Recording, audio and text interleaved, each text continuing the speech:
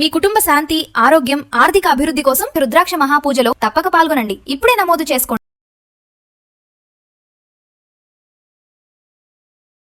నమస్తే, సుమన్ టీవీకి స్వాగతం. ప్రస్తుతం మనతో ఉన్నారండి ప్రముఖ ఆధ్యాత్మికవేత్త, మంత్రశాస్త్ర పండితులు కొండవీటి దత్తాత్రేయ శర్మ గురు గారు ఉన్నారు. శుక్రవారం రోజు లక్ష్మీదేవికి ఎలాంటి పరిహారాలు చేసుకోవాలి, ఆ లక్ష్మీదేవి కటాక్షం అందరికీ కలగాలంటే ఏ గుడికి వెళ్ళాలి, ఎలాంటి పూజలు చేయాలి, ఎలాంటి పరిహారాలు చేయాలి, వీటన్నిటిని గురుగారిని అడిగి తెలుసుకుందాం. నమస్తే గురుగారు. నమస్కారం. సో నేను అన్నట్లు మామూలుగా శుక్రవారం అంటేనే లక్ష్మీదేవి వారం. లక్ష్మీదేవి కటాక్షం కావాలి, అందరి ఇళ్లలో లక్ష్మీదేవి ఉండాలి అని పొద్దున్న లేసినప్పటి నుంచి మీరైనా మేమైనా అందరం పరిగెడుతూ ఉండేది ఆ లక్ష్మీదేవి కోసం. ఏమన్నా పరిహారాలు చేసుకోవాలి అంటే ఎలాంటి పరిహారాలు చేసుకోవాలి? శ్రీ మహాగణాధిపతయే నమః.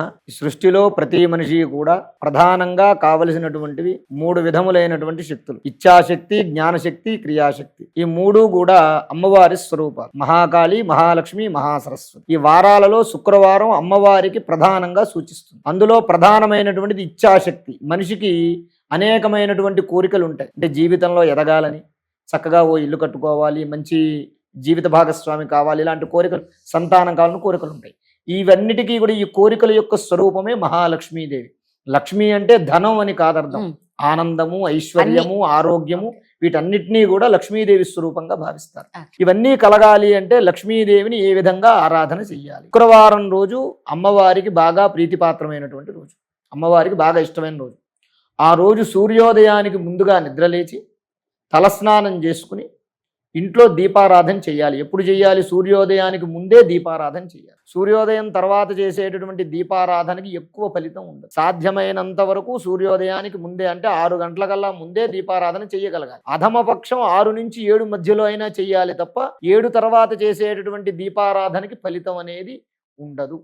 ఉంటుంది కానీ ఇన్స్టెంట్ ఫలితం, ఆ క్షణం వరకే, ఆ రోజు వరకే ఫలితం ఉంటుంది. ఈ సూర్యోదయానికి ముందే ఎందుకు దీపారాధన చెయ్యాలి అంటే లక్ష్మీదేవి అమ్మవారి యొక్క శక్తి సూర్యోదయానికి, సూర్యాస్తమయానికి, ఈ 2 సమయాల్లోనూ కూడా గ్రామ సంచారం చేస్తూ ఉంటుంది. ఈ గ్రామ సంచారం చేసేటప్పుడు ప్రతి ఇంట్లోనూ, ఏ ఇంట్లో అయితే సూర్యోదయాత్ పూర్వం దీపారాధన వెలుగుతూ ఉంటుందో ఆ ఇంట్లోకి అమ్మవారు ప్రవేశిస్తుంది.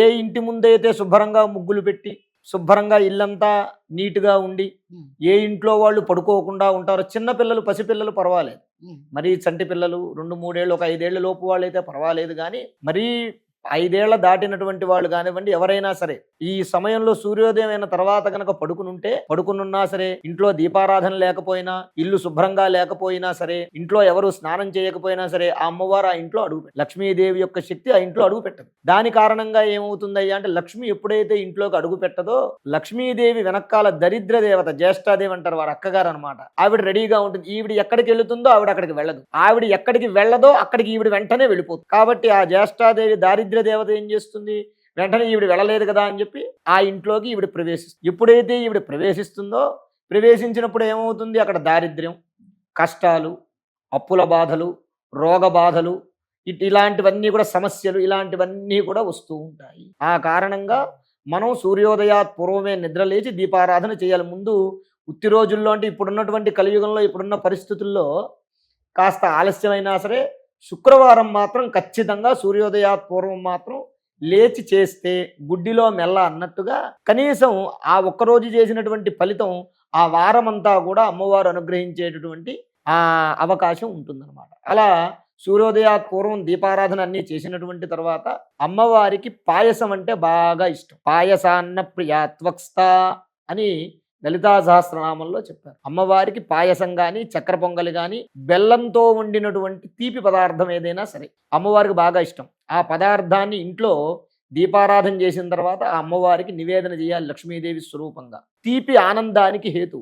పులిహార అవి వేరే, కానీ అమ్మవారి పూజ చేసినప్పుడు మాత్రం ఖచ్చితంగా తీపి పదార్థం అనేది నైవేద్యం పెట్టాలి. కాబట్టి అన్నం పరబ్రహ్మ స్వరూపం కాబట్టి అన్నంతో వండినటువంటి పాయసం, బెల్లం కానీ లేదా పంచదార కానీ, చక్కెర పొంగలి, ఇట్లాంటివి ఏవైనా సరే అవి అమ్మవారికి నైవేద్యం పెట్టాలి. నైవేద్యం పెట్టిన తరువాత హారతి ఇవ్వాలి ఇంట్లో అమ్మవారికి. ఇచ్చిన తరువాత కనకదారా స్తోత్రము గాని, మహాలక్ష్మి స్తోత్రం గాని, మహాలక్ష్మి అష్టోత్తర శతనామ స్తోత్రం గాని ఆ శుక్రవారం రోజున పారాయణం చేయాలి.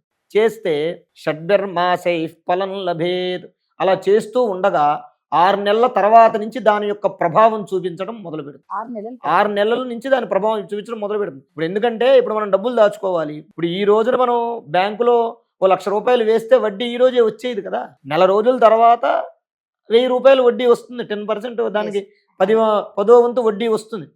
ఈ రోజు వేసిన వెంటనే రాదు కదా. అది 6 నెలల నుంచి దాని ప్రభావం చూపించడం మొదలు పెడుతుంది. ఆ తర్వాత నుంచి పోను ఏమవుతుందయ్యా అంటే సకుబేర సమో భవేత్, వాడు కుబేరుడు అంతటి ధనవంతుడు అవుతాడు. అంటే ధనానికి కానీ ధాన్యానికి కానీ దేనికి వాడికి వాడి పిల్లలకి లోటు లేకుండా ఆనందంగా జరిగేలాగా అమ్మవారు వాడిని అనుగ్రహిస్తుంది. అసలైతే రోజు చెయ్యాలి, కానీ రోజు చెయ్యలేనటువంటి పరిస్థితుల్లో ఉన్న వాళ్ళు ఆరోగ్యం సహకరించకో, కుటుంబ పరిస్థితులు సహకరించకో చేయలేని వాళ్ళు ఉంటారు. అలాంటి వాళ్ళు ఉత్తి రోజుల్లో దీపారాధన అనేది కొద్దో గొప్ప ఎప్పుడైనా చేసుకున్నా శుక్రవారం మాత్రం ఖచ్చితంగా సూర్యోదయాత్పూర్వం ఇంటిని శుభ్రంగా ఉంచుకుని ముగ్గు పెట్టుకుని చక్కగా మనం అమ్మవారి యొక్క ఆరాధన చేసినందువల్ల అమ్మవారి యొక్క కరుణారస దృష్టి వారి కుటుంబం మీద పడుతుంది.